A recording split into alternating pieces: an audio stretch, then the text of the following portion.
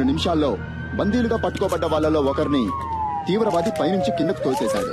రక్తపు మడుగులో ప్రాణాల కోసం కొట్టుమిట్టాడుతున్న అతన్ని ప్రస్తుతం అంబులెన్స్ లో హాస్పిటల్ కి తీసుకెళ్లినట్టుగా తెలిసింది.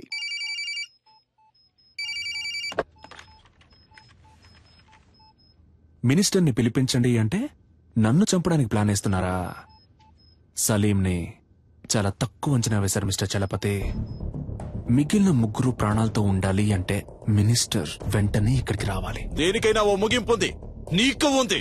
I will get you and kill you, damn it. Good luck sir.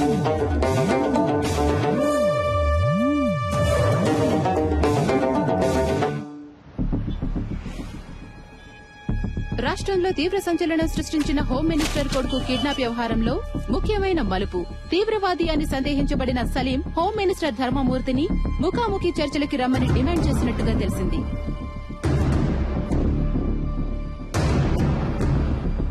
బందీలుగా పట్టుకోబడ్డ వాళ్లలో ఒకరు హాస్పిటల్లో మరణించినందువల్ల మిగిలిన ముగ్గురినైనా రక్షించుకోవడానికి ధర్మమూర్తి స్వయంగా రంగంలోకి దిగబోతున్నట్టు ప్రభుత్వ వర్గాలు కొద్దిసేపటి క్రితమే తెలిపాయి.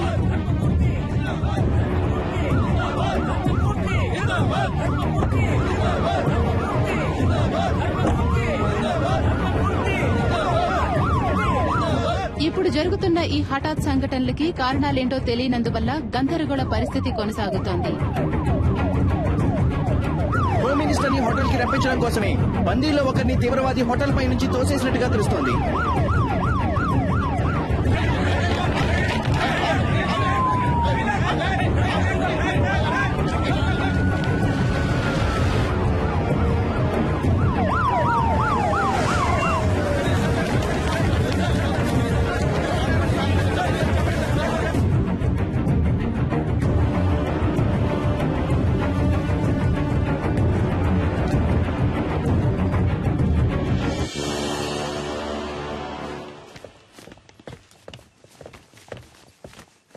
ఎవరయ్యా ఇక్కడ చలపతి? ఎవరు? I'm Chalapathi sir. ఏం కావాలంటే వాడికి? నన్నెందుకు ఇక్కడికి రమ్మన్నాడు? ఇదిగో ఇప్పుడు వచ్చేసాను కదా, మా అబ్బాయిని వదిలేయమను. ఫోన్ చేయవయ్యా.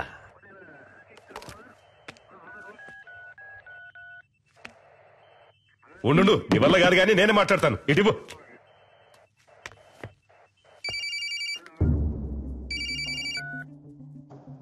హలో, నేను హోమ్ మినిస్టర్ని మాట్లాడుతున్నాను. ఇదిగో చూడు తమ్ముడు, చెప్పు నీకేం కావాలి?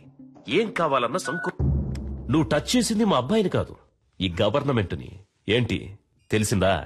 ఎంత డబ్బు కావాలన్నా నేను నీకు ధారపోస్తాను, కానీ ఇప్పుడు మాత్రం మా అబ్బాయిని కిందికి పంపించు. అయ్యా, నీకే సమస్య రాకుండా నేను చూసుకుంటాను. గవర్నమెంటే నా చేతుల్లో ఉంది. అయ్యా, నువ్వు తెలుసుకుంటావు అనుకుంటాను. అయ్యా, నీ జీవితంలో నువ్వు కలలో కూడా ఊహించడంతో ఓ పెద్ద అమౌంట్ నీకు నేను సెటిల్ చేస్తాను. మా అబ్బాయిని మాత్రం విడిచిపెట్టు. అయ్యా, ఏమంటావు? అయ్యా, ఫోన్ మాట్లాడుతున్నాను కదా, ఇందులోకి ఏంటి అయ్యా గొయ్యా అని? ఫోన్ కట్టేయి, చాలాసేపు అయిందయ్యా.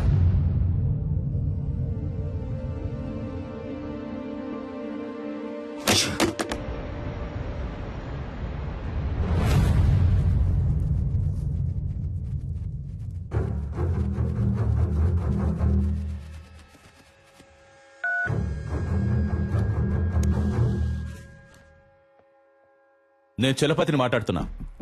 సి మిస్టర్ చలపతి, ప్రస్తుతానికి మీతో తప్ప ఇంకెవరితోనూ నేను మాట్లాడను. ఎందుకో? నువ్వు అడిగే వాటన్నిటికీ గంగిరెద్దులా తలుపుతున్నా కదా, అందుక పొరపాటుగానైనా నా ముందుకొచ్చి నించోకో. నీ మంచిగా చెప్తున్నాను. నాకు భయంగా లేదు చలపతి. మీరు వేడిగా ఉండడం వల్ల దానికి ఈక్వల్ గా నేను ఒక వేడి న్యూస్ ఇస్తాను. నిన్న నైట్ నుంచి ఒక ప్రాణం కొంచెంగా పోతోంది.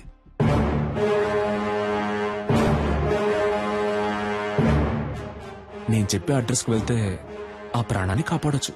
ఇక మీద నువ్వు చెప్పే పిచ్చి కథలు ఇవి మేము నమ్మం. అడ్రస్ కావాలా వద్దా మిస్టర్?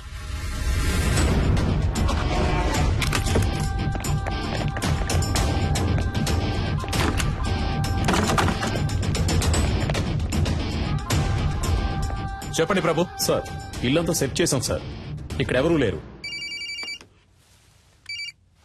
ఏంటి వేళాకోళంగా ఉందా? ఇల్లంతా వెతికారంట, ఎవరూ లేరంట? లేదే, అక్కడున్న ఫ్రిడ్జ్ లోనే కట్టిపడేశానే.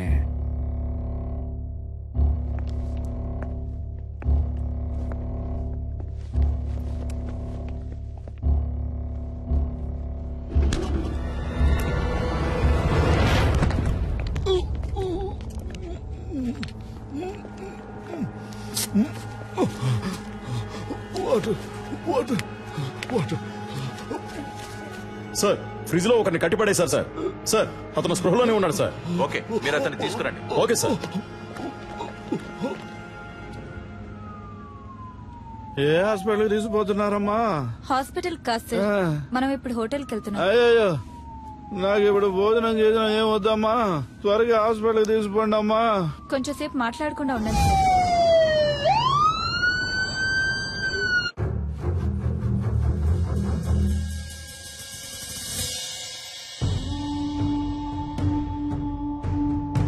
ఏ ఒక్క పనైనా మీరు సరిగ్గా చేస్తున్నారంట్రా? మిమ్మల్ని నమ్ముకుంటే నాకు పరలోకమే గతి. సరిగ్గా చెప్పిదావు, అసలు ఏం జరిగిందో.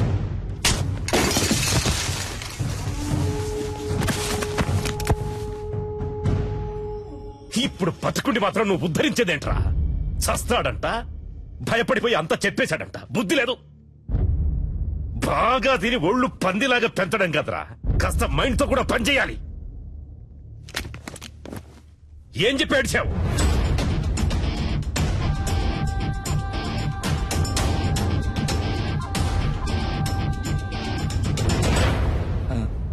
అయ్యా, ఏంటి? డిఐజీ కుటుంబరావు గారు వచ్చారయ్యా. వస్తున్నానని చెప్పు. అలాగే అయ్యా. కుర్రోళ్ళకి ఏమీ కాకూడదు. Okay sure sir.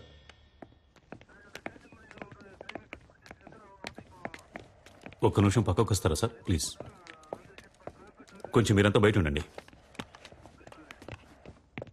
Sir, CM ఏమంటున్నాడు? మీరేం కావాలన్నా చేసుకోండి, కానీ పార్టీకి చెడ్డ పేరు రాకూడదు. మా అబ్బాయి చచ్చిపోయినా పర్వాలేదు అంటున్నాడా? అంత పెద్దగా మాట్లాడుకోవడానికి పక్క కిందకి వెళ్ళారా? నాకు మా అబ్బాయి సేఫ్ గా బయటకు రావాలి అంతే. పార్టీకి చెడ్డ పేరంట, పార్టీకి చెడ్డ పేరు. లేదు సార్, ఆయన అలా చెప్పలేదు సార్. మీ అబ్బాయి సేఫ్ గా బయటికి రావాలి, దాంతోపాటు పార్టీకి చెడ్డ పేరు రాకూడదని మాత్రమే ఈ చెప్పారు. టమాటా పాలిటిక్స్ నాకు బాగా తెలుసు.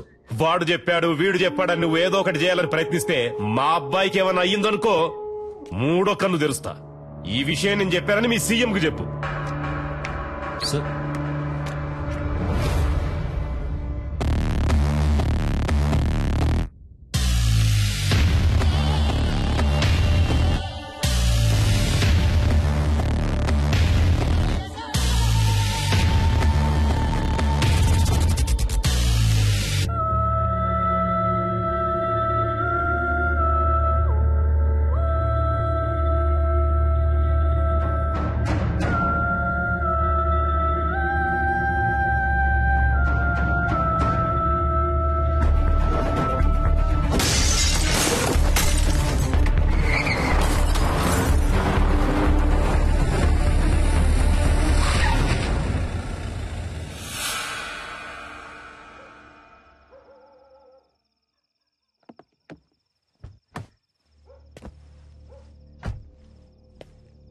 అయ్యా సలీమని, అయ్యా నర్మదా వాళ్ళ నాన్న నేనేనయ్యా.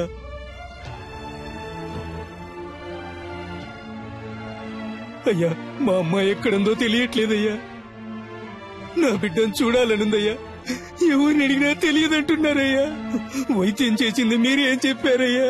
నా దగ్గర చిల్లిగవ్వ కూడా లేదయ్యా. నా ఒంట్లో ఉన్న కళ్ళు, కాళ్ళు, కిడ్నీలు ఏదైనా తీసుకోండి అయ్యా. వాళ్ళు తప్ప నాకు సొంతం అనే వాళ్ళు ఎవరూ లేరయ్యా. నాకు నా బిడ్డని వాళ్ళమ్మని అప్పచెప్పండి అయ్యా, మీకు పుణ్యం ఉంటుంది.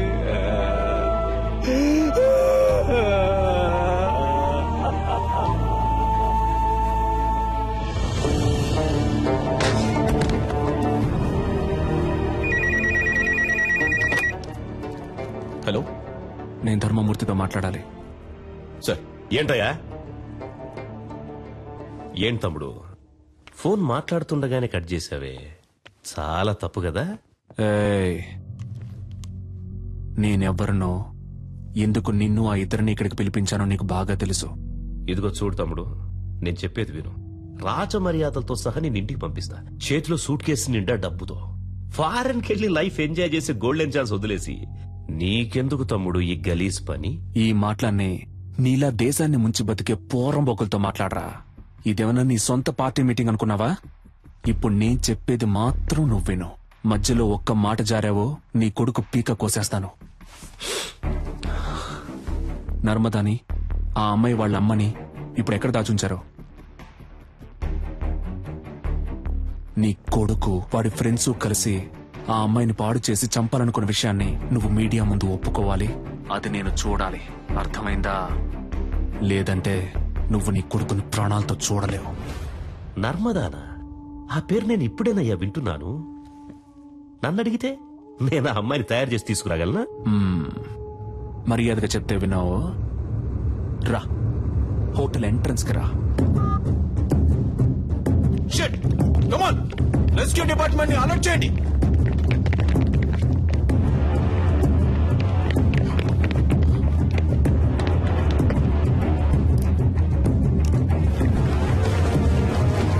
కమాన్, త్వరగా నెట్ ఓపెన్ చేసి పట్టుకోండి. త్వరగా కమాన్, quick.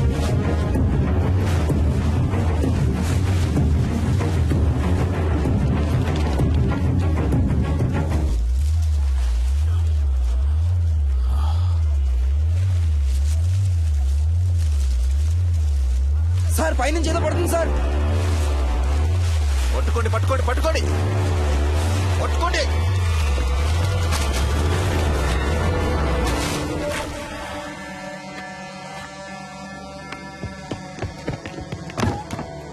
Watts happening mister Chalapathi?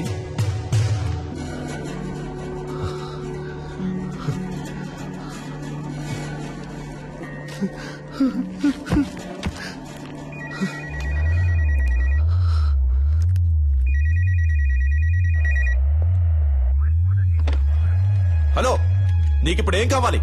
నర్మదాని వాళ్ళ అమ్మని తీసుకొచ్చి అప్పచెప్పాలి, అంతే కదా? దానికి పోలీసులు, కోర్టు అని ఇలా ఎన్నో దారులున్నాయి. Just stop it.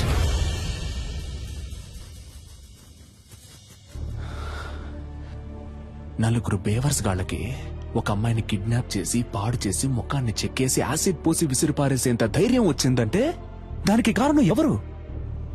మీరే. ఇంతవరకు జరిగేవన్నీ జరగనీలే అని తమాషా చూస్తూ నుంచున్నారుగా. ఇప్పుడు ఈ తమాషాని చూడండి. స్పీకర్ ఆన్ చేయండి మిస్టర్ చలపతి.